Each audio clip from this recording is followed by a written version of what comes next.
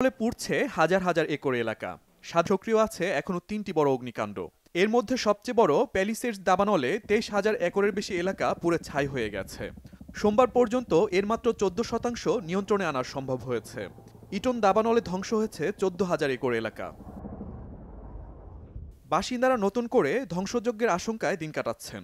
আবহাওয়ার পূর্বাভাস বলছে মঙ্গলবার ও বুধবার সান্তানা বাতাসের গতি ঘন্টায় ১১২ কিলোমিটার ছাড়িয়ে যেতে পারে।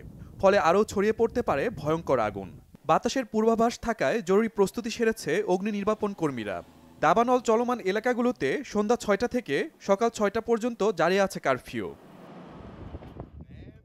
বিদায়ী মার্কিন প্রেসিডেন্ট জো বাইডেন বলেছেন, ক্যালিফোর্নিয়ার জন্য শত শত ফেডারেল কর্মী এবং সাহায্য পাঠানো হয়েছে। যে কোনো অতিরিক্ত সাহায্যের অনুরোধে দ্রুত সাড়া দেবে তার প্রশাসন।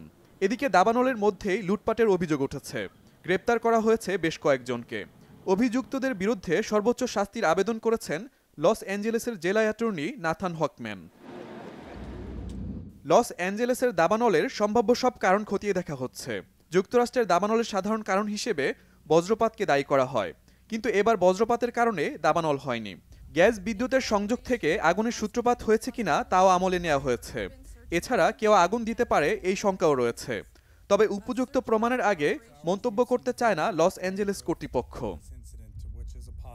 শহীদ Arafat, Bangla vision, news desk.